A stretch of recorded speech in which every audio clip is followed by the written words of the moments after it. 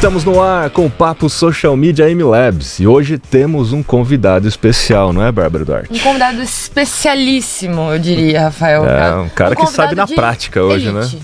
É de elite. Ele é de elite. E quem é ele?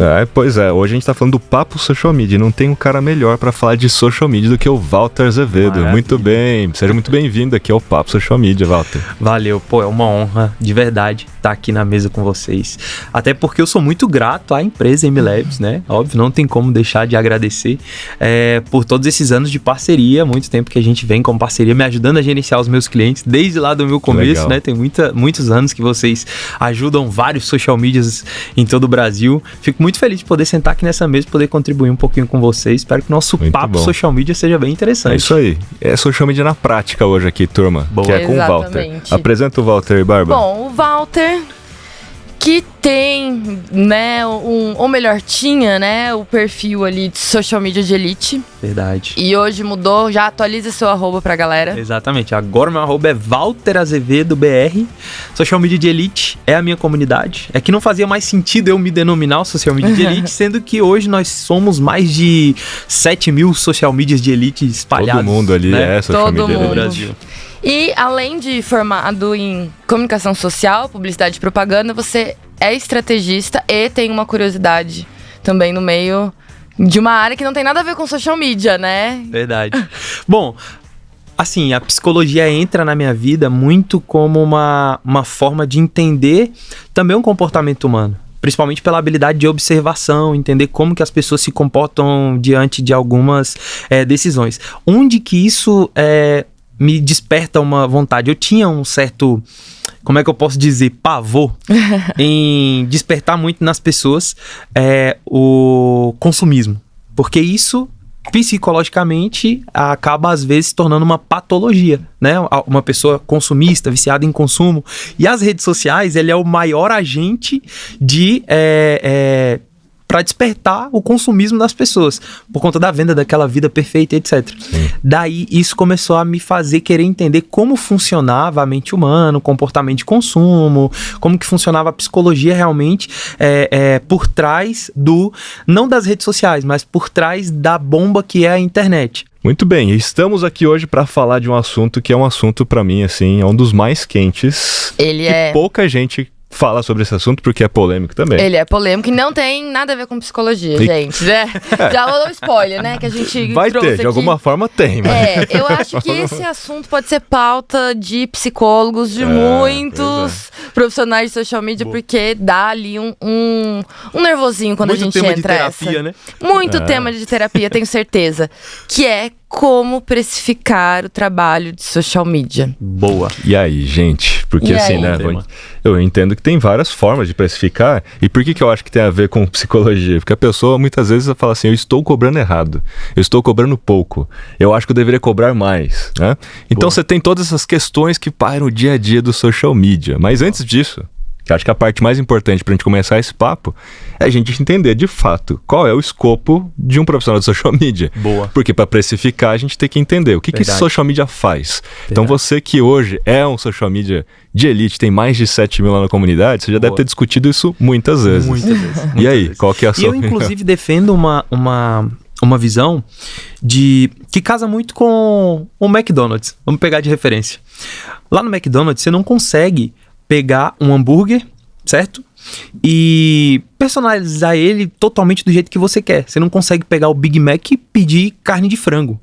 Você pode colocar alguns adicionais que já estão pré-definidos e você consegue retirar alguns ingredientes também. Então, isso é o máximo que você consegue fazer de personalização. Isso te garante velocidade e padrão de entrega. Quando nós somos social media, principalmente os iniciantes, a gente quer desbravar o mundo e a gente acredita absurdamente que eu preciso fazer o contrato perfeito para o cliente perfeito para que eu consiga ganhar muito. E aí você acaba fazendo um contrato com uma entrega absurda e pro próximo cliente você já faz uma entrega completamente diferente, com um preço completamente diferente, com tudo completamente diferente. Então, para chegar no valor desse contrato, você vai ter dificuldade, porque já é um contrato diferente daquele anterior. Então, você tem dificuldade na entrega, de resultado, você tem dificuldade na proposta, porque já vai ser uma nova proposta completamente diferente, a velocidade de entrega de proposta, porque isso faz diferença quando você está numa prospecção em volume alto, isso vai fazer diferença também, então acaba que você fica perdido porque você está tentando entregar uma coisa diferente para todo mundo. O que eu defendo? Eu acredito muito que se você criar uma espécie de padronização, isso vai te ajudar a precificar mais fácil e isso vai te ajudar a entregar melhor. Tendo em vista que você precisa ter um perfil de cliente ideal. Porque você não pode atender qualquer cliente, não é porque o cliente quer fechar com você que você vai fechar com ele. Porque talvez não seja interessante, talvez ele não tenha verba suficiente para o projeto que você acredita que vai fazer funcionar. Então, quando você cria essa padronização, fica mais fácil de você pré-definir valor anteriormente. A entrega, até mesmo se você precisar terceirizar, por exemplo, design, essas coisas, você vai conseguir discutir até com eles mesmo o tempo de dedicação daquele projeto, porque quando a gente começa, principalmente, a gente tem que trabalhar com freelancers. Então, na minha visão, é muito mais fácil você padronizar contrato para que você tenha valor padronizado também. E o perfil de cliente também padronizado. Que às vezes pode passar por nicho, né? E pode passar também por tamanho de cliente. Então é importante a gente ter essa visão. Ou maturidade digital, né? Porque muitas vezes você tem um cliente que já passou por outros social medias por aí, já tem uma maturidade maior, então é diferente. Perfeito. Do que aquele que está começando do zero, não tem nada. Né? Perfeito. Porque o que está começando do zero ainda vai ter que ter um trabalho de educação digital que talvez você não faça muito sentido. E que é um trabalho a mais também, querendo ou não, né? Exatamente. Esse atendimento para você tirar alguém do zero ali até colocar num nível para você conseguir ver algum resultado, leva um tempo. Exatamente. Então... Mas eu queria puxar um ponto aqui que o Walter colocou, o seguinte, Walter, você citou assim, né? Ele muitas vezes no começo tem que trabalhar com freelancers, parcerias. E aí eu queria voltar então para aquele ponto. Na prática, assim, esse social media, ele é mais um estrategista ou ele também faz o design, faz a legenda? O que é de fato hoje? Talvez, obviamente, tenha níveis e tenha quem está lá na frente, quem está começando. Só para a gente tentar tangibilizar para a turma, assim, qual é o papel hoje do social media? O que ele faz na prática para colocar num contrato como esse? Perfeito. Eu divido geralmente ali em 4 grupos óbvios que a gente tem. A gente tem o planejamento, certo? Planejamento que a gente inclui estratégia nisso. Logo eu vou explicar a questão desses níveis também. Eu acredito muito que a gente tenha dentro desse contrato análise. É necessário fazer uma análise, entrega de relatórios. Se você não fizer isso, você não consegue nem comprovar para o seu cliente que você trabalha. E uma adenda importantíssima para quem está assistindo a gente. Coloca a produção nesse relatório, velho. Os social medias esquecem, eles vão lá na MLabs, pegam os dados numéricos, esquecem de colocar a produção. E aí o cliente não tem noção da produção, ou a dificuldade que foi, né, dessa produção. Aí vem a área de execução, em que em alguns momentos você precisa fazer o design, principalmente no seu início de carreira. Outros momentos você realmente delega. Você delega. E o último ponto é a geração de demanda e traqueamento disso. Porque se você não consegue gerar a demanda e traquear de onde essa demanda veio, cara, beleza, se você não tem uma estrutura absurda com ferramentas que fazem algo muito aprofundado, que você use um site que monitore quantos links no link do WhatsApp tiveram para você falar, cara, aqui no meu traqueamento eu coloquei 150 cliques no link pro WhatsApp. Ou seja, existe ali um grupo de serviços, que a gente está falando aqui, de grupos de serviços dentro de um guarda-chuva possível. E aí você está colocando como um grupo de serviço a geração de demanda, que nada mais nada menos é gerar leads e gerar vendas para quem vende diretamente. Exatamente. E rastrear isso para você conseguir provar valor do seu serviço. Perfeito. Porque senão você vai virar e vai falar bem assim, postei 50 vezes. Aí o cara vai virar para você e vai falar bem assim, tá, tudo bem, mas eu não tive resultado. E às vezes o não tive resultado não está em você, que está ali criando um conteúdo. Às vezes o não ter resultado está no, talvez, comercial, a negociação, a oferta que não está tão boa. E nós, como social medias, a gente não cria a oferta em si. A gente não chega no dentista e diz, a oferta da sua consulta tem que ser essa, você tem que cobrar tal valor. Isso nós recebemos do cliente. Então acredito muito que as entregas práticas de um social media é planejamento e estratégia. Acredito também muito em análise e entrega de relatório, quantitativo e qualitativo, porque senão você não consegue mostrar sua produção e isso é problema. E aí Produção versus resultado que gerou é muito importante. Não é só mandar o relatório por e-mail. Exatamente. De fato, analisar e apresentar e criar as correlações do que aquilo significa, né? Exatamente. Criação de conteúdo, casado com esse planejamento e estratégia, certo? Importante também fazer uma pontuação em relação a esse planejamento. Eu acredito que o planejamento, ele precisa ter níveis, né? Existe o planejamento de negócio, que é uma coisa que o social media recebe meio que pronto. Ele não entra nessa área de planejamento de negócio. Mas existe o planejamento de estratégia de conteúdo do mês, que faz com que gere demanda para aquele planejamento de negócio anterior. Então são coisas conectadas. Está tudo conectado, né? Exatamente, está conectado. Daí, criação de conteúdo. Dentro dessa área de criação de conteúdo pode haver edição de vídeo e pode haver também design.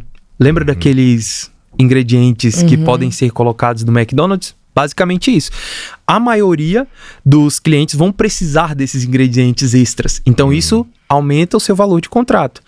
Poucos deles vão chegar em você e vão falar bem assim, eu quero que você faça sua parte mesmo de criação, porque eu tenho um designer e um editor de vídeo, uma equipe de vídeo aqui dentro. Infoprodutores tem muito. Essa é a maravilha de atender infoprodutores, porque eles vão ter muito. É que o business de infoproduto já é nativo digital. Exatamente. E aí eles já entendem que eles dependem 110% Exatamente. do digital. Então é muito crítico e é muito sensível. Não dá para esperar alguém amanhã fazer alguma coisa. Tipo, tem que ser aqui, agora. Né? Exatamente. E aí vem o grupo de funil de vendas ali da geração de demanda, que passa até, às vezes, por montar um link na bio que seja não só um link simples, mas uma vitrine com todos os produtos, traqueando todos os links, e você também, às vezes, criando alguns conteúdos, jogando para esse funil que você criou. Como, vou dar um exemplo bem simples, né? Eu trabalho com algumas estratégias dentro desses funis que geram muita demanda. Uma bem conhecida que até eu mesmo utilizo muito para mim e para alguns clientes. Como eu fiz para um personal trainer. Monto uma lista em PDF, que a gente chama Manual do Exercício Correto, fazendo correções de alguns exercícios tradicionais que são feitos na academia. Você faz um vídeo falando bem assim, você tá com dificuldade de treino, né? Eu quero te dar um presente.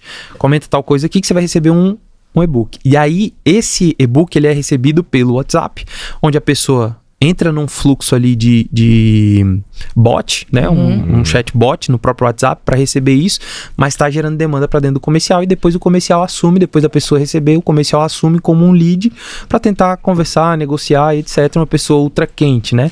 Então, isso são as demandas do funil.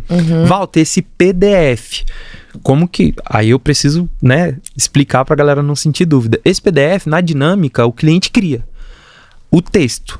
E aí eu faço o design desse texto. Então, eu meio que diagramo esse e-book.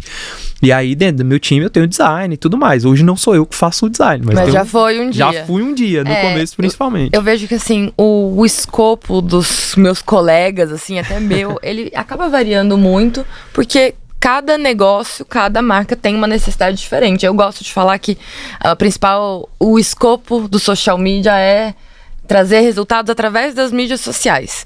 Então, se é uma empresa que, de repente, o forte dela vai ser ali o conteúdo, e você consegue gerar valor, gerar uma demanda através do conteúdo, beleza. Agora, se de repente a empresa tem uma outra estrutura, que já tem um designer, que já tem uma equipe audiovisual, de repente você tem que ficar na parte mais analítica. Se for uma empresa muito menor, talvez no começo você tenha que fazer um pouco de cada coisa.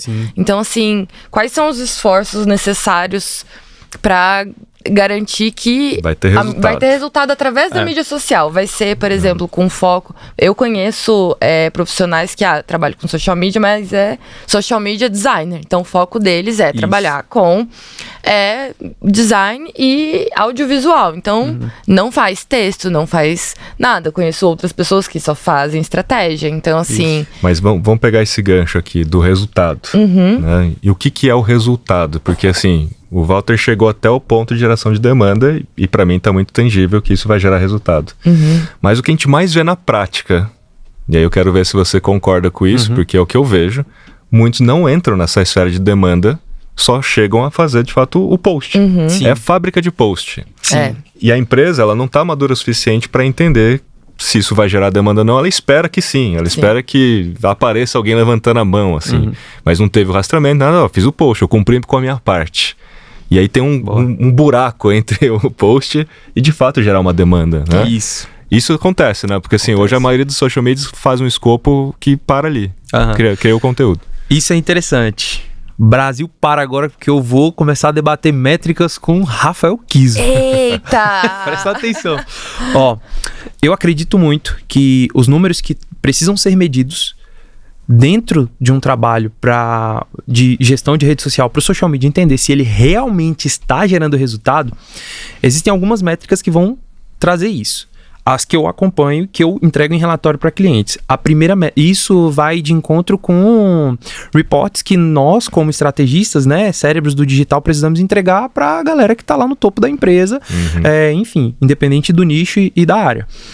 Alcance total de pessoas, isso é uma métrica que é importante. Sim. Por quê? Porque para nós que criamos conteúdo, a primeira coisa que vai ter impacto é no alcance. Mesmo que aquela empresa derrame dinheiro em tráfego.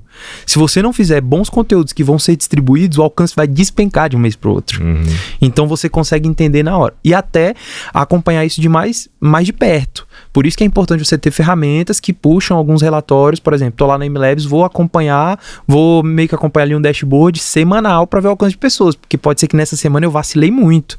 E nós estamos trabalhando com pessoas. Às vezes o social media que está responsável por aquela conta está passando por algum problema, você não vai perceber porque ele te diz que tá com problema, você vai perceber na métrica, você vai perceber no alcance, os posts não estão legais, tá tudo indo por água abaixo, tá na hora de chegar e conversar. Você consegue ver sinais, né? Tá na hora de culpar o algoritmo. Chegar nele e falar, amigo, tá acontecendo alguma coisa, me diz aí o que é que tá acontecendo, vamos tentar resolver. Então é muito importante esse alcance total de pessoas. Outra métrica é contas engajadas, porque isso daí vai trazer também informação se nosso conteúdo é interessante e relevante. Porque primeiro, uma coisa é alcançar as pessoas. Eu posso meter-lhe um áudio em alta ali num vídeo, ele alcançar a gente e eu não engajo conta. E todo aí, mundo assistiu 2 segundos. Exatamente. Aí, uma métrica que eu gosto de defender é que o alcance total de pessoas seja ali em torno de 10 a 12%. Não sei se é um padrão que você acredita. 10 a 12% em relação ao quê? Em relação a conteúdo. Por exemplo, os meus conteúdos alcançaram 100 mil pessoas, certo? Pelo menos, vamos colocar assim, pelo menos umas 12 mil pessoas precisam ter engajado. Entendi. Entendeu? A relação de pessoas engajadas com alcançadas. Exatamente. Ou seja, na prática, a gente está falando de taxa de engajamento do perfil. Exatamente. Só que, não do histórico total. Do mês. Do mês em específico. Exatamente. Outro é o ganho de seguidores. O ganho de seguidores é uma métrica que social media precisa acordar para ela. Eu sei que muita gente, principalmente alguns outros players do mercado, defendem. Você não pode prometer número de seguidores. Tudo bem, você não vai fazer igual uma empresa de venda de seguidor e dizer, eu vou te fazer ganhar 10 mil seguidores. Mas eu consigo te fazer ganhar seguidores. Se eu sou um social media, estou prestando um bom trabalho, dando uma orientação até mesmo para a área de tráfego. Esse post aqui, ele deu muito certo no orgânico. Ele já trouxe uma quantidade de post específica. Vale a pena uma atenção.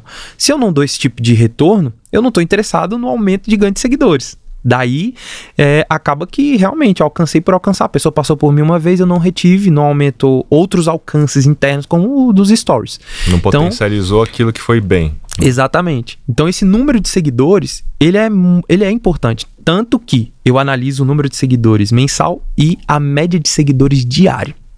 A média de seguidores diário também é uma métrica muito importante dentro ali das minhas gestões. E a última é a quantidade de leads gerados e oportunidades geradas. É importante a gente falar sobre oportunidade gerada, porque nem sempre se torna em si um lead. Porque a pessoa vai até a empresa e fala bem assim, eu vi na internet uma promoção específica. Aqueles empresários que trabalham com CRM, todos os clientes que eu trabalhei, já ter trabalhado com outros CRMs, a primeira coisa que eu fazia era chegar lá e colocar no cadastro de lead para atendimento, como você me conheceu. Era uma métrica que antigamente para as agências era muito mais importante, né? Que eu não tinha tantas métricas. Hoje tem mais. Por onde você me conheceu? Então, é uma métrica bem importante. Então, essa geração de demanda é importante. Essas 5 métricas, se qualquer empresário, amigo, chegar e falar, o que é que eu cobro do meu social media? É isso que eu digo. Mas aí, voltando naquele ponto. Então, o social media que não vai na geração de demanda, ele não tem esse dado. Não. Ele vai ter o dado de alcance, de engajamento, de crescimento de seguidores, ele vai entregar isso. Exatamente. E aí, as pessoas do outro lado vão entender assim, legal, crescemos seguidores e tudo, mas olha, a venda, não aumentaram as vendas. Não aumentou nada. E aí houve ali então um buraco, um hiato ali entre o que está sendo feito e aí de quem é a culpa? Porque o social media falou, eu fiz a minha parte, tá vendo? Ó, cresci, alcançou, engajou e não aconteceu. Exato. Mas é porque muitas vezes você foi só pelo puro engajamento. Você não criou de fato um planejamento de conteúdo ou de ações que gere demanda, não é 90% dos social medias, e cara, isso daqui é um pedido de socorro que eu dou pra você fazer o mercado de social media evoluir ainda mais. Para de se preocupar só com alcance e engajamento. Porque só alcance e engajamento, existem hacks que fazem isso, pô. Toda área que existe hack, ela começa a perder um pouquinho de importância na hora ali da relevância da métrica. Porque se existe um hack vamos lá. Você pode mascarar, é o que você visualização tá dizendo, de story, por exemplo. Se eu posto um story no dia e falo bem assim, vou te fazer um Pix. Acabou, meu story vai explodir, eu vou alcançar quase 100% da base. Sim. Só que qual que é a relevância disso? Qual que é digamos assim, quantas pessoas de fato vão se sentir impactadas? Com você ali, vão se tornar clientes, né? Porque tiveram um nível de consciência sobre aquilo que você vende, né? Exato. E aí o que elas vão fazer? Olhei esse story, passei, contou a view por conta da interação, o algoritmo bombou aquele story, não mudou em nada, e aí o social media chega e fala, sou muito foda, olha aí.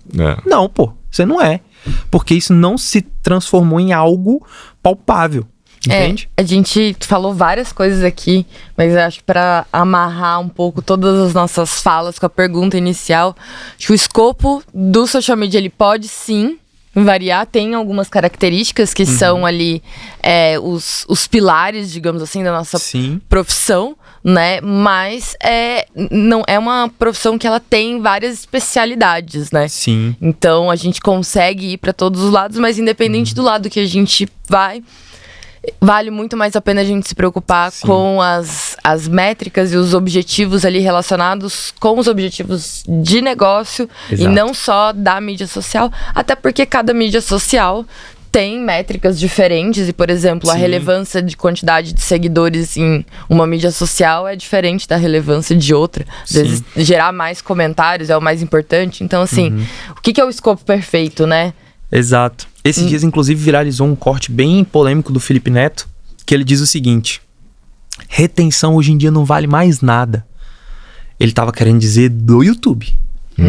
Entendeu? Ele tava querendo falar sobre o YouTube, sobre questões dele com o YouTube, uma carga de pessoal, de problema pessoal muito alta também. Então isso não é uma regra. Eu vi muitos profissionais reagindo a isso, mostrando retenção não sei o quê, querendo dizer que o que mandava mais era a interação e etc. Só que cada rede social tem a sua dinâmica. Sim. Quando a gente fala sobre vídeos curtos, por exemplo, essa retenção ela acaba sendo um pouco mais importante. Até porque o vídeo curto totalmente, é mais importante. Até porque um vídeo curto, se eu te perguntar se você lembra o último vídeo curto que você assistiu, você não lembra. Agora, se eu te perguntar o último vídeo do YouTube ou a última série que você assistiu, você lembra o nome e detalhes. Então, o conteúdo mais longo, entendeu? Ele tem a dinâmica diferente do conteúdo mais curto e essas métricas, elas mudam em relação a isso. É que no longo, nesse caso em específico, você intencionalmente foi lá para consumir aquele vídeo. Exato. No curto, você estava ali navegando e passou um vídeo curto. Dose de dopamina e vamos pro próximo. E aí você não memoriza. E só para fazer essa última observação, complementando sobre o que a Bárbara trouxe, em relação a essa diversificação dentro dos profissionais, eu enxergo o mercado de social media como esses emojis aqui. Não sei se a câmera consegue ver eles.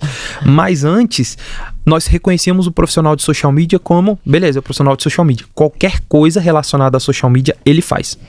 Só que hoje, com a maturidade de mercado, profissionais como nós, que estamos aqui evoluindo esse mercado cada vez mais, eu enxergo que social media não é só a profissão agora. Eu enxergo muito social media como o mercado em si, grande mercado. Dentro desse mercado, nós temos os designers para social media, nós temos os story makers, nova profissão que tem explodido. Que é o videomaker, mas é o storymaker. Exatamente. E quando ele fala sobre storymaker, é a arte de contar histórias. Não é stories, né? Não story do Instagram.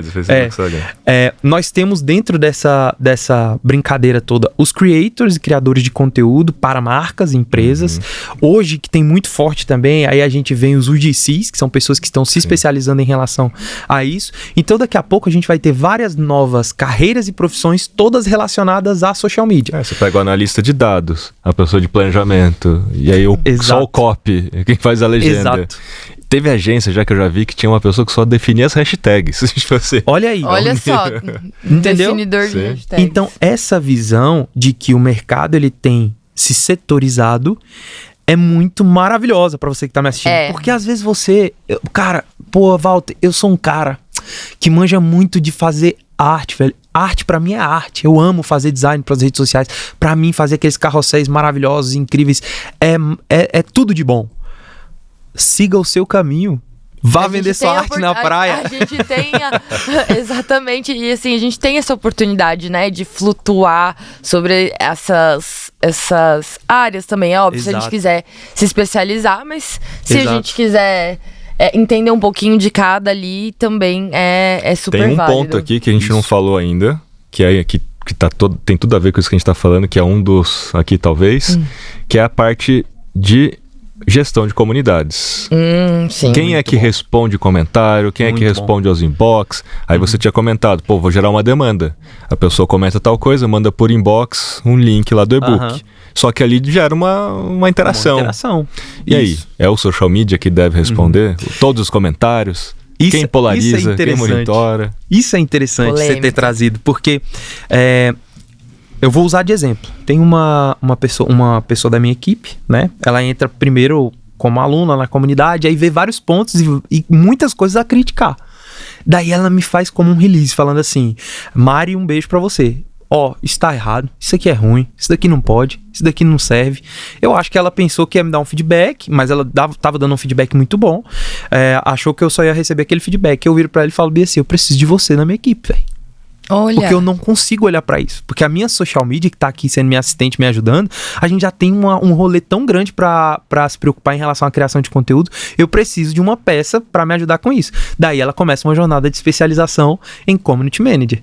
E aí hoje ela é coordenadora de pós-venda dentro da minha empresa. Então ela cuida das pessoas que cuidam da comunidade, as pessoas que recebem, por exemplo, esse e-book lá no comercial, ela tá ali também para poder monitorar como é a chegada dessas pessoas.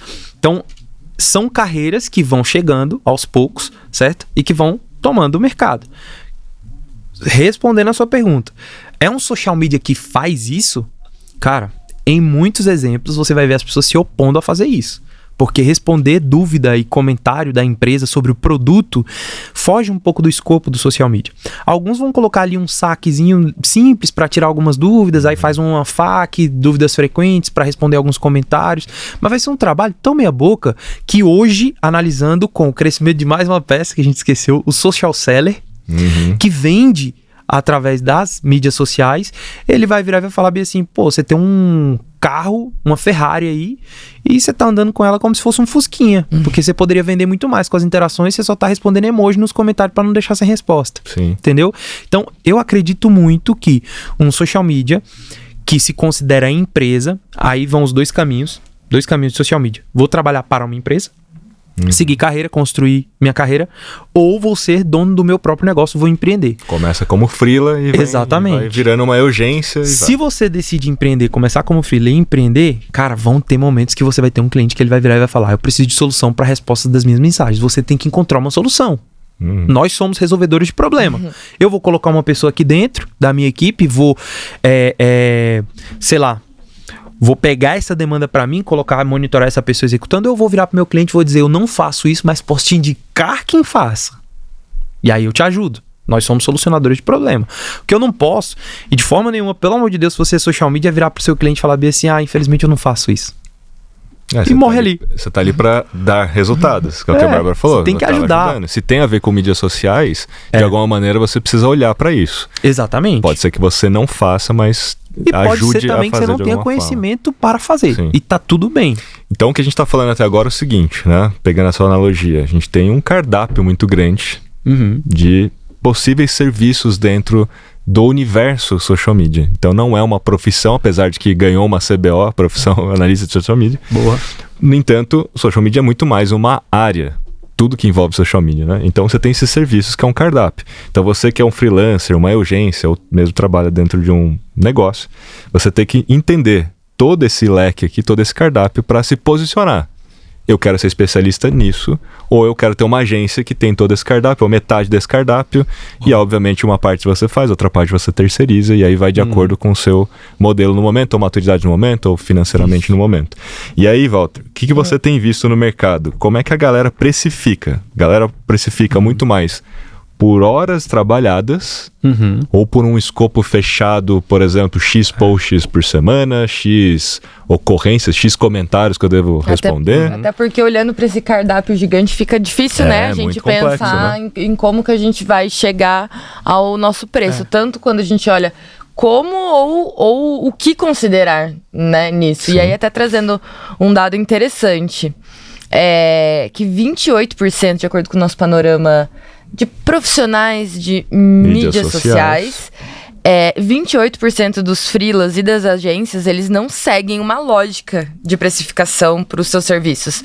Então é muito assim, é sob demanda ali, totalmente ali no cliente, adaptável, então, entendeu? Um negócio. E assim, acho que custa tanto e o cliente, beleza. Então, é por hora.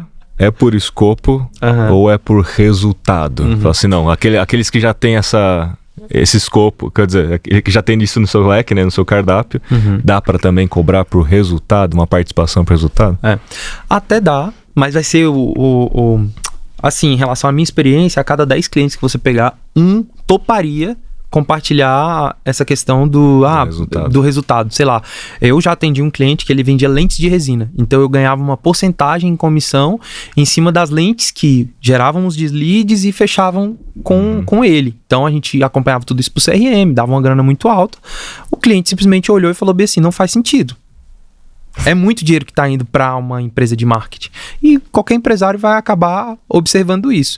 Então, o mais tradicional é pagar mesmo ali um contrato fechado e tudo mais. Como que a gente precifica esse contrato? Da onde que eu tiro essa minha justificativa?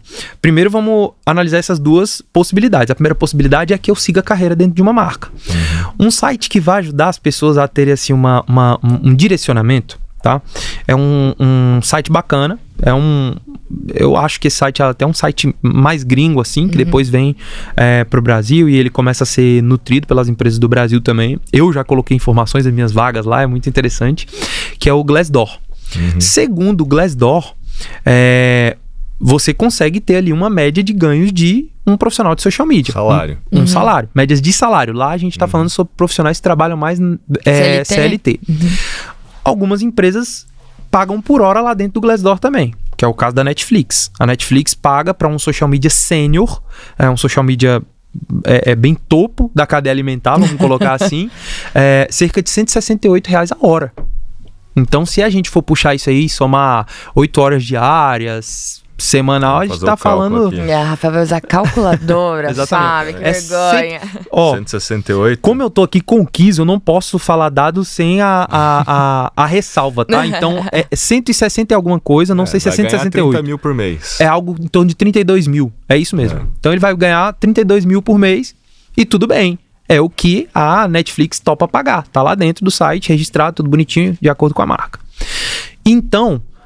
obviamente que nós temos uma precificação bem formatada por hora.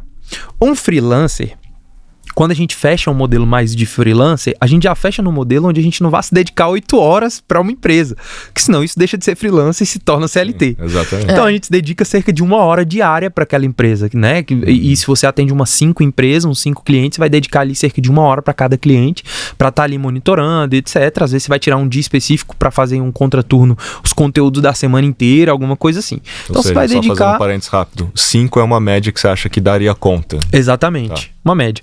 Então, você vai começar a analisar ali quantas horas dedicadas em cada projeto que você quer dedicar. Por isso que a padronização de contrato faz tanto sentido. Porque aí tu vai ter a padronização de contrato e vai falar, 1 hora é suficiente para compra desse projeto. Se o meu cliente, esse CP que eu estabeleci, comprar esse projeto de mim, com esse tempo eu vou conseguir entregar. Então, minha precificação vai estar cada vez mais justa.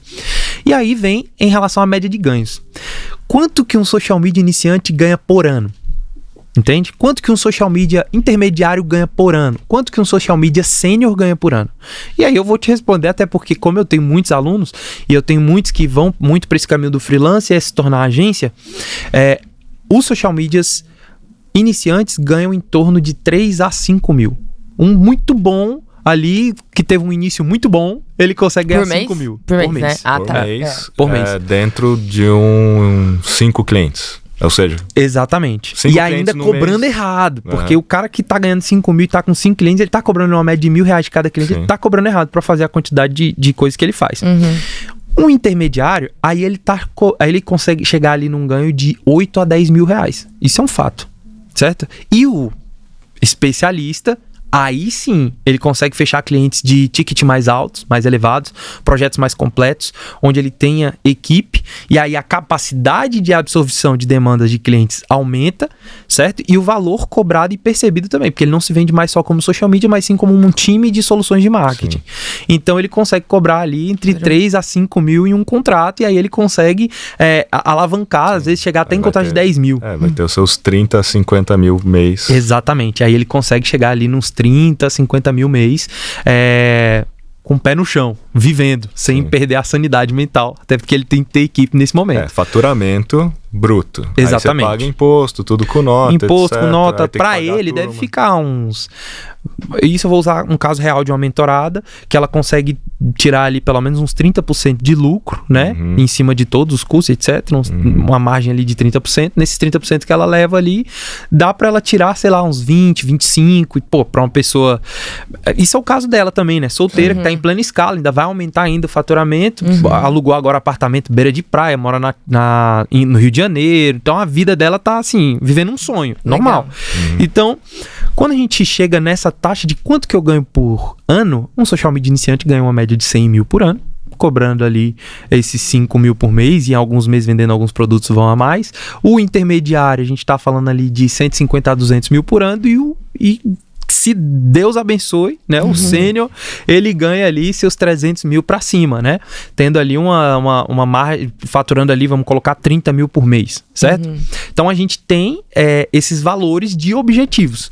Como que eu vou saber se eu sou iniciante? Amigo, você tá começando agora, você comprou só um curso. Comprei o curso do Walter. Eu sou iniciante, acho que é muito óbvio, né? É o mais óbvio. O intermediário já é aquele que tá se nutrindo de outras habilidades. Porque se você é social media e acha que só vai comprar o curso de social media do Walter, do Kiso, da Bárbara, do fulano, do ciclano, e vai se tornar o mega monster do social media, você tá completamente enganado. Até porque, assim, a questão de nível não depende só em conhecimento, é experiência. Experiência também. Experiência também. Então, o iniciante vai ter atendido ali 2 clientes. O intermediário já vai ter atendido, sei lá, uns 5, 6 clientes, nichos um pouco variados, já começou a tomar uma decisão se vai nichar ou não, se vai atender, por exemplo, só médicos, entendeu? Então é importante que entenda isso. E aí vem o sênior. Cara, um social media sênior, ele sabe que ele é sênior. Porque como que ele sabe que ele é sênior? Principalmente por conta de uma coisa que eu chamo de segurança estratégica. Se eu chego hoje, por exemplo, na Bárbara e falo bem assim, vamos juntos montar um planejamento, a dúvida da Bárbara já não é mais como monta um planejamento. É mais sobre, cara, onde é que eu vou buscar referência, as ideias que a gente vai trazer, vamos fazer um brainstorm e tal. Então, pode ser que a dor seja, caraca, da onde que eu vou tirar a ideia para botar nesse planejamento? Mas não vai ser mais, como monta um planejamento? Então, se passa isso na sua cabeça, é porque você não é sênior ainda. Essa é uma boa reflexão. É uma boa reflexão, e esses dias eu tava falando sobre esse assunto também, e aí na discussão ficou muito claro exatamente esse ponto, assim, quem é intermediário pergunta o como, quem é sênior pergunta quem. Exato. Porque ele já quer delegar, ele já fala, eu sei fazer, mas eu não posso colocar mais a mão, porque eu já tenho aqui 10, 15, 20 clientes, eu vou procurar quem é que vai me resolver esse ponto aqui, e eu sei delegar. Eu sei mostrar como é que faz, mas não sou eu que vou fazer. É quem vai fazer. Mesmo que seja um freela. Ele olha e fala bem assim, eu não quero fazer, eu quero feito. Pô, eu quero um website com isso ia dar muito certo dentro dessa campanha, dentro dessa estratégia. Quem que pode fazer isso pra mim? Já começa a acionar os contatos dele. Isso é o sênior. Já começa a pensar quais são os recursos necessários pra eu conseguir executar, né, e atingir aquele objetivo. Seja de construir um planejamento. Esse é o sênior. Seja de...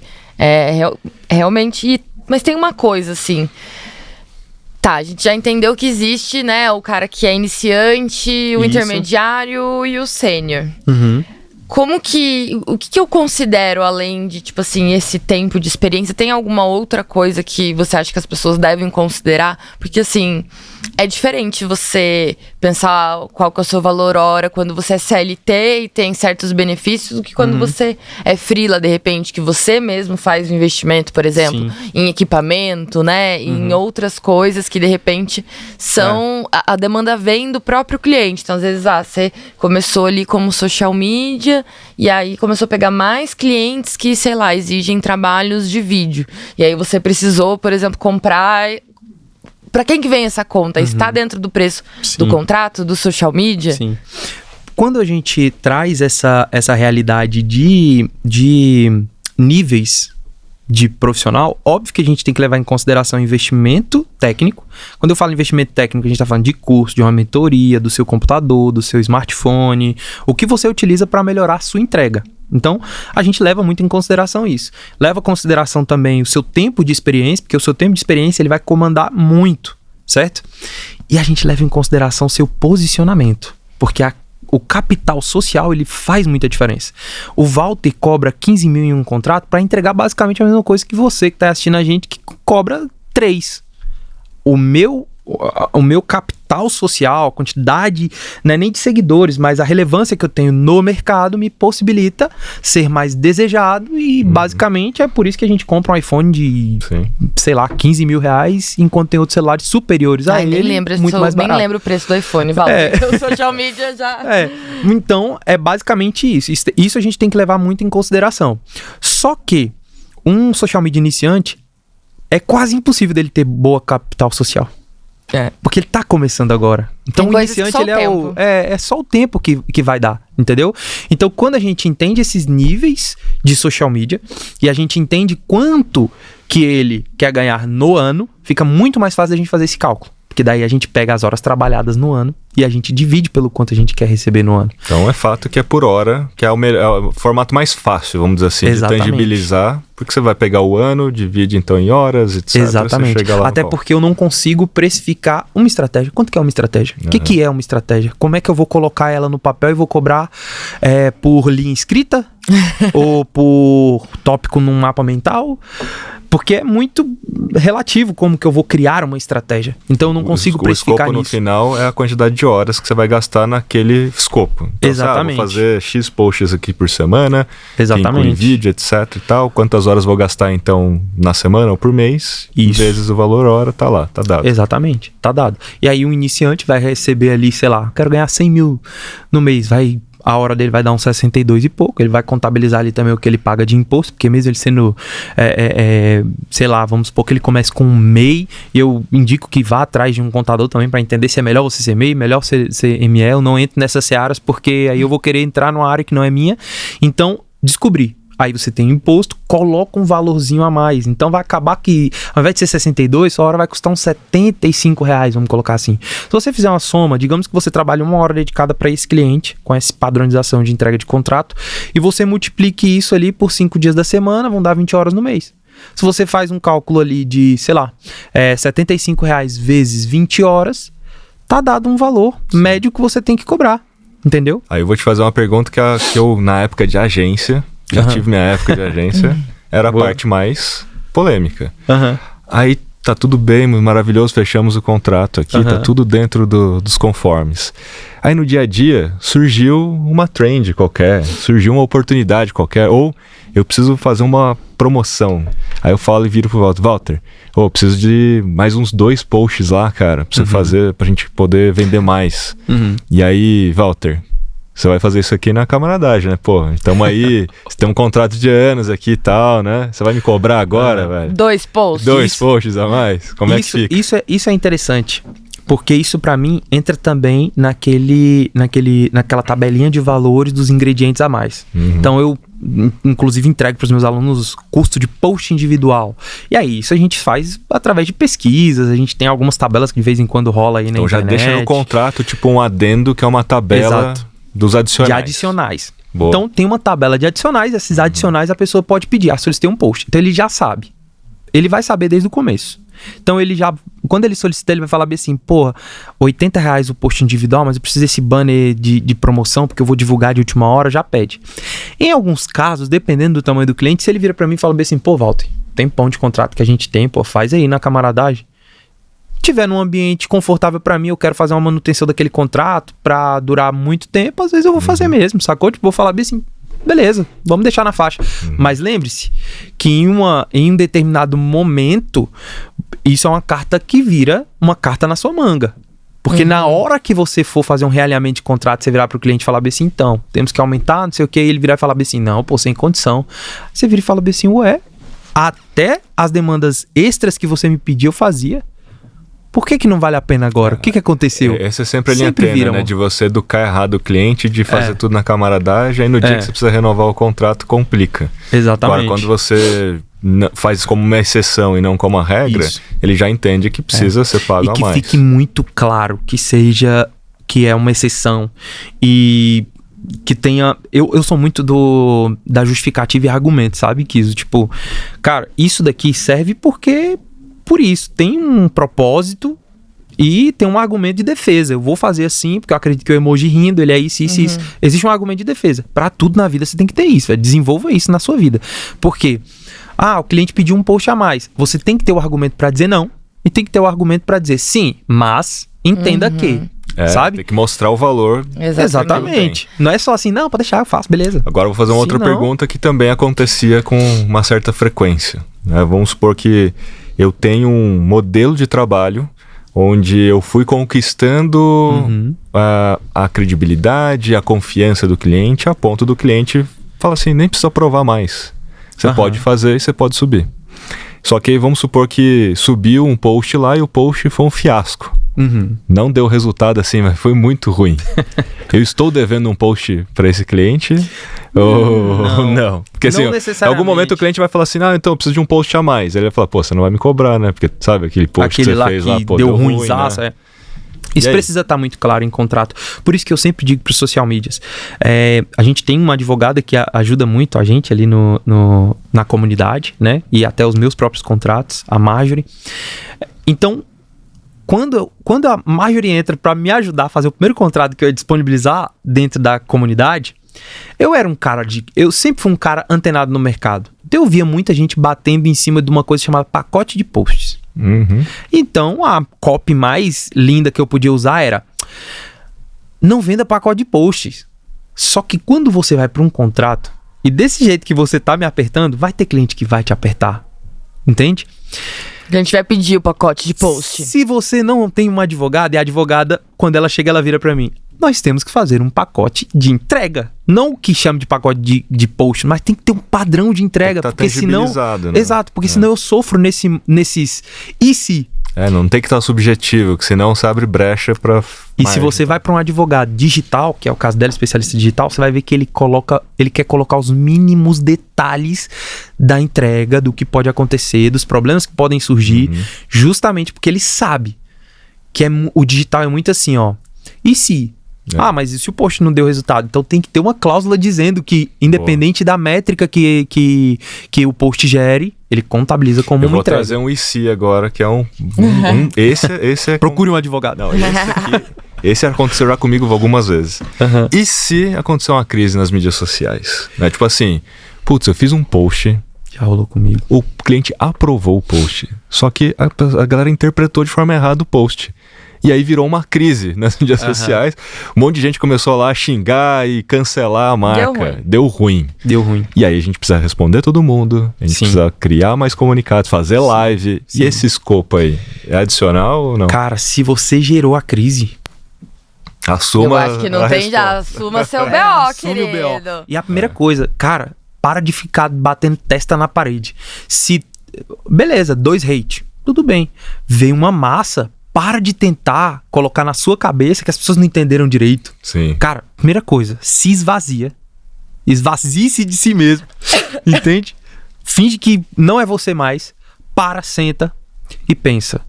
Caraca, como que a gente vai resolver e solucionar esse problema?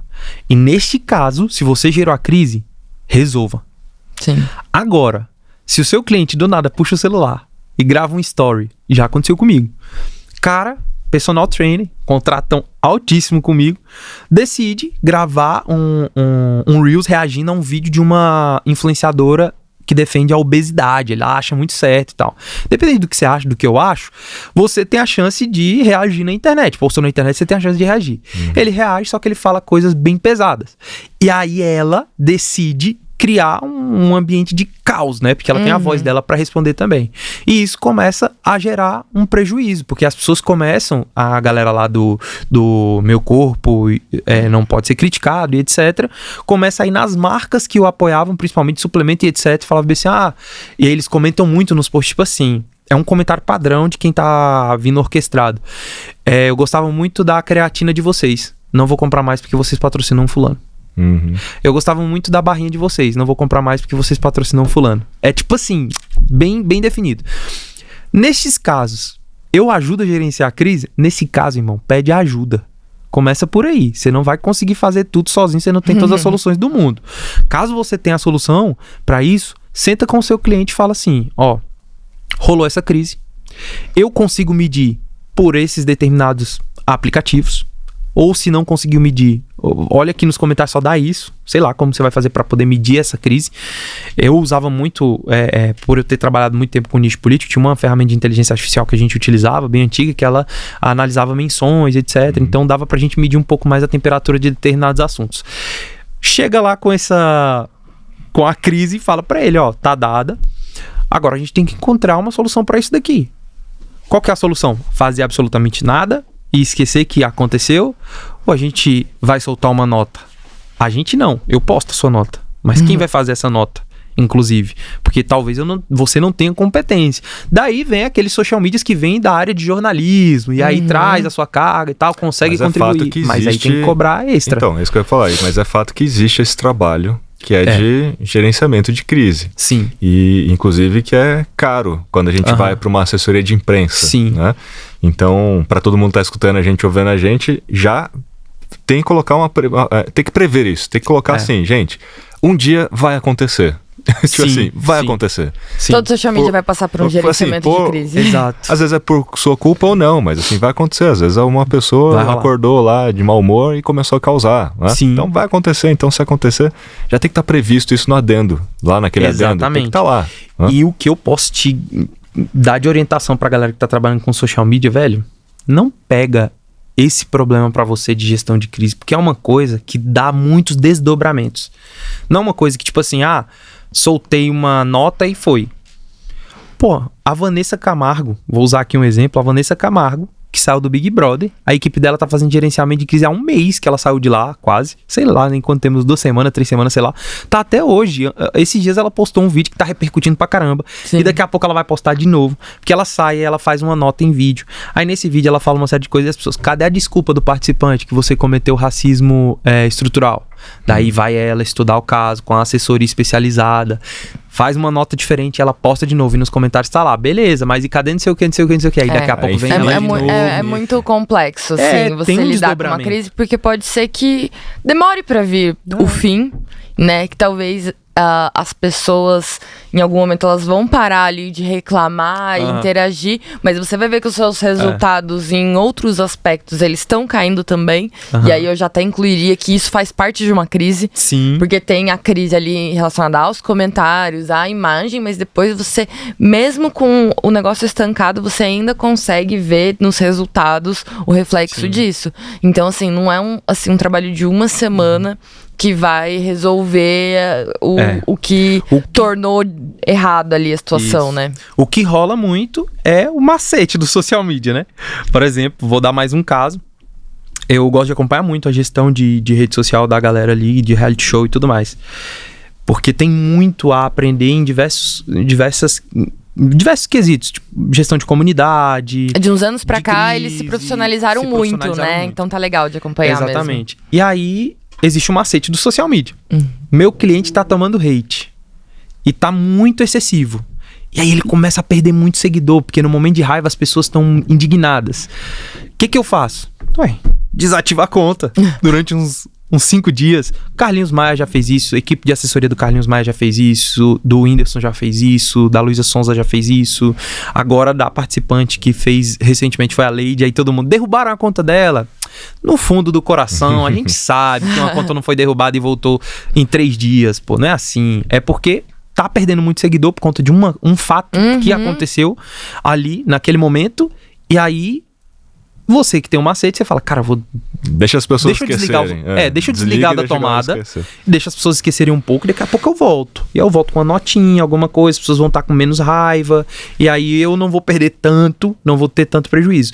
É um recurso que a gente usa também. Vamos voltar no ponto aqui da precificação. Senão a gente cria um episódio só sobre gestão de crise. É verdade. E a gente já fez um episódio sobre gestão de crise. É verdade. Que esse é um assunto muito polêmico. Boa. O Walter, você falou assim... Cara, a turma que tá cobrando aí R$1.000 por mês tá fazendo coisa errada, né? Deveria cobrar mais. A nossa pesquisa do Panorama de Mídias Sociais mostra que 40% cobra entre R$500 e R$1.000. E 17% menos de R$500. Ou seja, 57% tá dentro do que você considera. Você tá fazendo bobeira aí, você tá fazendo errado, você tá cobrando errado. Sim. E aí minha pergunta vai... Obviamente deveria ser mais do que isso, porque dá muito trabalho, como a gente viu aqui, é muita coisa, obviamente. E aí, como é que a galera defende o seu preço? Então, vou cobrar mais. Sim. Eu vou cobrar, sei lá, 2.000 por contrato, né? Não vamos deixar... Depois você pode tentar tangibilizar o que tem num contrato, assim, médio, tá? Só pra turma ver. Como é que a galera defende o valor? Porque hoje, 48% dos freelancers e agências acreditam que deveriam cobrar mais, mas não conseguem. Eles não conseguem defender, assim, pro cara, até que a gente falou, né? Chega no final, você quer cobrar mais, você quer reajustar o preço e não consegue. E aí, quanto que deveria cobrar na média? Qual que é esse escopo médio? E como é que você defende, então? Partindo do princípio que um social media ele não tem uma solução única. Então, o cliente, às vezes, precisa de gestão. Outra hora ele precisa de outra coisa. Só que como você só tem gestão na sua cabeça, você tá assim, ó, preciso fechar gerenciamento de rede social, você começa a oferecer gerenciamento para um cliente que precisa de coisas bem menores. E aí, vamos lá. O cara é iniciante. Realmente ele vai fechar mais com contratos de empresas muito pequenas. Começou a estudar um pouco mais e ter mais contexto, o seu ICP muda. Seu perfil de cliente ideal vai mudar. Você tem que começar a abordar e frequentar lugares onde você vai encontrar perfis maiores para você gerenciar. Então, se você continua tentando prospectar a hamburgueria do seu bairro, eles não têm tanta grana para investir. Às vezes o cara tem um faturamento médio de 20 mil no mês, fora os custos dele. Tô falando de bruto, sabe? O cara tem uma hamburgueria, ele fatura 20 mil e ainda tem um bruto, ele tem um custo de 12. Ele vai pegar desses, sei lá, 8 que sobra para ele, entre aspas, e vai te pagar 2? Não vai, pô. Não faz sentido. Entendeu? Então, é importante você entender esse perfil de cliente. Então, sou iniciante, realmente eu vou fechar com esses clientes menores. Sou intermediário, eu vou fechar com clientes ali de médio porte. Sou avançado, pretendo fechar com empresas grandes. Por isso, eu preciso estar em ciclos onde tem empresários grandes. Então, se você quer atender empresários grandes, vá em eventos onde tem empresários grandes. Você falou, você tem que construir seu capital social. Exatamente. Voltando agora nessa parte da precificação. O cara que está cobrando de 500 a R$1.000 é porque ele não tem uma esteira de produtos. Porque o cara que pode pagar R$500, ele não precisa de uma gestão de rede social estratégica onde você vai assumir o BO da empresa dele. Você tem que arrumar a solução até de promoção para ele. Não. O que você tem que entregar? Você tem que criar um outro produto mais barato, mais em conta.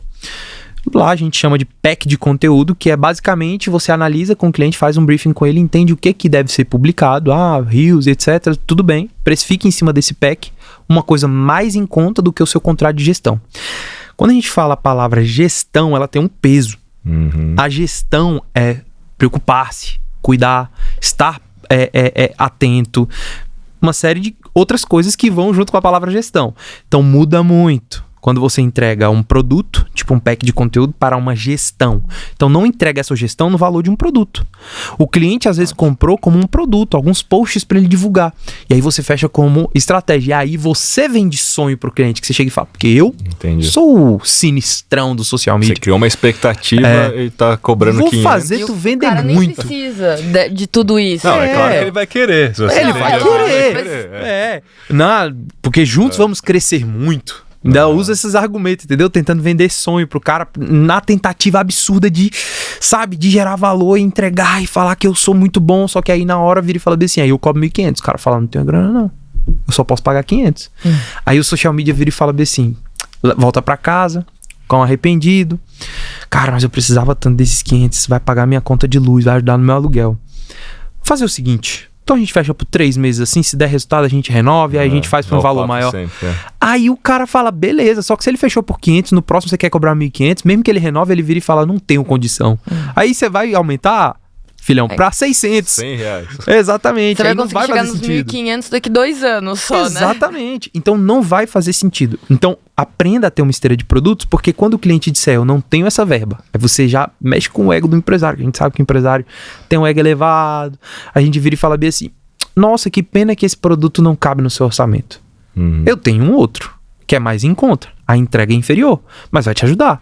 Ah, mas eu queria aquele lá. Só que aquele lá custa tanto. Devido aos custos que eu tenho, eu não consigo abaixar o valor. E aí, esse cabe no seu orçamento. Quem vai voltar como com arrependido para casa agora é o empresário. Com aquilo na cabeça, do tipo, cara, eu preciso do melhor. Eu preciso do melhor. E aí, pode ser que você ainda seja surpreendido, como acontece muito com os meus alunos. Quer saber? Eu pensei melhor.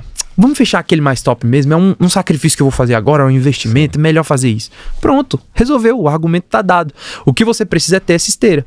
Porque R$500, beleza, eu posso não conseguir cobrar mais de R$500, mas que eu cobre todos os R$500 por packs, onde eu levo, sei lá, 3 dias para fazer, não tem uma gestão envolvida, e eu vá vendendo em recorrência para aquele cliente sem compromisso nem de publicar. Às vezes eu posso deixar tudo bem montadinho ali para o cliente. E se eu quiser, ainda coloco ali uma graninha a mais, vendendo vamos colocar assim como um upsell, alguma coisa assim, o agendamento. Assino a MLabs, coloco o agendamento, boto tudo para sair de forma automática no perfil do cara, e o cara ainda tá lá tranquilão, vivendo. Ou até beleza. um dashboard na Dashgo, que dá pra fazer aquilo que a gente tava comentando, né, de crescimento de seguidores, que é super importante. Exato. Dá pra você fazer um dashboard com todos os canais ali, Exato. Instagram, Facebook, Vai ver em YouTube. tempo real ali, né? O cara já vai ver em Exato. tempo real, e aí você ainda não vai ter aquele cara na tua orelha. Ah, mas como que tá o resultado? Exato. Porque eles ficam cobrando ainda, né? Nem grupo com cliente você vai ter. Nem grupo. Nem grupo no WhatsApp, né? Exato. Então, tudo gira em torno das soluções que você é capaz de entregar, certo? Porque assim fica mais fácil. Você não fechar um gerenciamento por um valor errado, cobrando um valor super justo, certo? E aí, vida Ou seja, acontece. é o que acontece em todos os mercados, né? Gerenciamento de expectativas, né? Exatamente. Então, se você não sabe fazer isso, é um problema. Se você gera muita expectativa e cobra baixo, ferrou, porque você vai ter que entregar mais do que você está cobrando. E se a única forma que você encontra argumentativa para fechar um contrato seja prometer e elevar expectativas, tu é um péssimo vendedor. E não adianta você ser só bonzão em social media. A mesma coisa do médico. Não adianta ser só o médico bonzão. Senão tu vai ver gente com metade da tua capacidade tendo muito mais resultado que você. Porque tu não sabe se vender e se comunicar direito. Então, tem coisas que você vai ter que desenvolver. Eu, por exemplo, sou um cara que já me comunico bem, me comunicava bem desde antes, participava de muitos grupos de igreja e etc. Só que eu tinha os meus perrengues. Eu tinha ali uma síndrome do impostor, achava que eu nunca era bom, achava que o que eu falava não fazia sentido.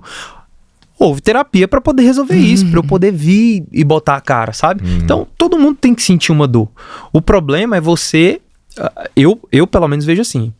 Se você tem algo que você pode melhorar, esforce-se para melhorar nisso. Não desiste só porque você não melhorou ainda. Uma hora você vai melhorar, uma hora você vai ficar bom, uma hora as coisas vão acontecer. Técnica de venda é fundamental nesse caso, né? Sim. E o que você deixou muito evidente é sobre esteira de produtos. Então isso responde também uma das principais questões, que é como é que eu cobro mais? Porque se você tem uma esteira de produtos e está muito tangibilizada e a expectativa está de acordo com cada produto, você pode ir agregando. Agora eu tô vendo que você precisa de um link na bio ali. Vamos fazer uma página no link da bio. Uma vitrine. Custa tanto? Perfeito. Então você vai agregando. Dá pra fazer upselling, dá pra fazer esse tipo de coisa. E você vai até fazendo ascensão, porque isso acontece muito no mercado de infoprodutos. Eu tenho uma mentorada minha que hoje ela é sócia de um dos maiores experts pet, e ela começa como social media, vendendo link na bio, vendendo gestão de rede social básica, fazendo design ali ela mesma, entendeu? Então ela começa uma relação com esse cara, e aí ela vai se dedicando, vai vestindo a camisa, se identificava muito com o nicho, vai crescendo e hoje se torna sócia estrategista dele, enquanto ele se preocupa com o conteúdo, tá lá no mercado, dando a cara, criando conteúdo, ela cuida da parte de estratégias e venda. Então, essa ascensão acontece a partir do momento que você começa a se dedicar mais no contrato, você vai vendo que o trabalho que você está fazendo está dando resultado e ele precisa do próximo. Sim. Porque, vamos lá, primeiro eu começo com uma gestão ali super básica, criando os conteúdos, entregando relatório mensal. Daqui a pouco, vocês estão com um time. E esse time tem reuniões semanais ou mensais. E eles precisam de um dashboard. Entendeu? Onde eles vão te trazer, sei lá, feedbacks do que tá acontecendo nas redes sociais, pra saber se ela tá sendo efetiva pro comercial. E aí você não tá totalmente dentro da empresa ainda, mas você monta ali o dashboard. É uma coisa a mais que você vai colocar no seu contrato. Existem várias coisas a mais que você consegue colocar no contrato. O fato objetivo é que quanto mais você tangibilizar e produtizar, melhor, para deixar muito claro dos dois lados, e aí você vai agregando e vai formando o pacote ou o seu contrato. Tu falou a palavra-chave, cara. Produtizar, fazer um produto. Apesar produto de ser serviço, né? Apesar de social media ser um serviço, mas você pode tornar isso um produto. Crie embalagens para os seus serviços. Eu acho que a embalagem é o que faz a pessoa entender. E quando a gente fala embalagem, não é você botar numa caixa, mas às vezes uma apresentação, uma apresentação que detalha, né, ali a sua entrega, o seu serviço em específico. E aí você faz a pessoa que está do outro lado entender exatamente como é que funciona aquela entrega. Muito bem. Boa. Vamos para os nossos mitos e verdades. Vamos, adoro mitos e verdades. Que ajuda a gente a resumir o nosso episódio aqui de hoje. Eu acho até que a gente já... É sempre assim, né? A gente sempre seleciona mitos e verdades, e aí quando eu acabo... Chega nessa parte, esse quadro, eu olho e falo, gente, a gente já falou sobre isso ao longo dos episódios, mas é bom que a gente vê se os ouvintes estão prestando atenção. Boa. Porque já demos essa resposta, mas quero saber se é mito ou verdade na opinião de vocês. Pra fechar, né? A gente fecha o assunto. Exatamente.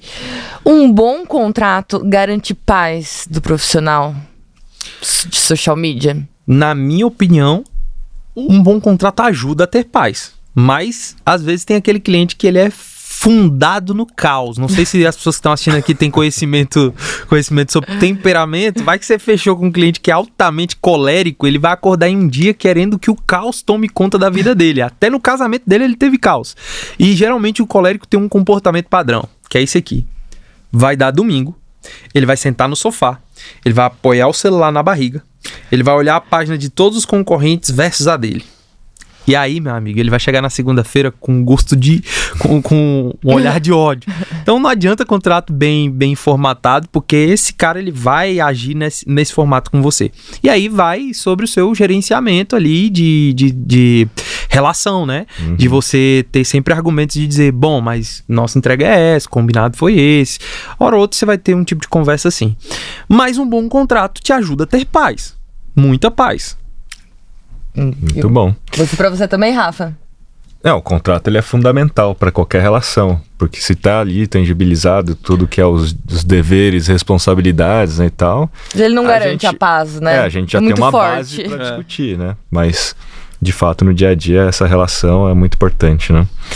E aí, contrato Walter? Amarrado no começo evita problema no final. Boa. A gente falou do freelancer, quem tá começando e tudo, e aí, naturalmente, até dentro do nossa discussão aqui, a gente viu que ele vai agregando pessoas e serviços e tal, e o futuro, então, de todo freelancer ser uma agência? Cara, se você decidir empreender, eu acredito que sim. Porque, por mais que você se torne um estúdio criativo, que é uma espécie de agência, com você vai mais ter bonito. time, você vai ter time, você vai ter pessoas para delegar.